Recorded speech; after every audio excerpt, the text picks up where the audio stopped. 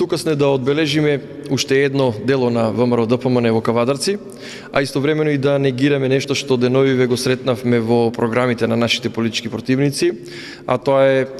нивната грижа за решавање на водоснабдувањето. Тие не се грижаа во изминатите 20 години, па сега пред избори им текна тоа да го прават. Меѓутоа не се занимаваме со нив, ова е да ги потсетиме дека во овој период ВМРО ДПМН, јас како градоначалник актуелен, заедно со менеджерскиот тим на јавното предпријатие Комуналец,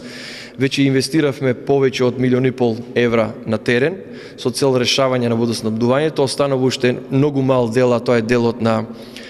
цевководот, довршување на цевководот, па здравје Боже од месец мај, јуни месец граѓаните на општина Кавадарци веќе ќе ја вкусат и новата вода, односно нема да има никаква рестрикција. Значи за оние кои што заборавиле, оние кои што не сакат да видат, Кавадарци оваа лето ќе нема повеќе рестрикција за вода, а доказ е оваа хлораторска станица и имплементацијата на теренот во делот на цевководот.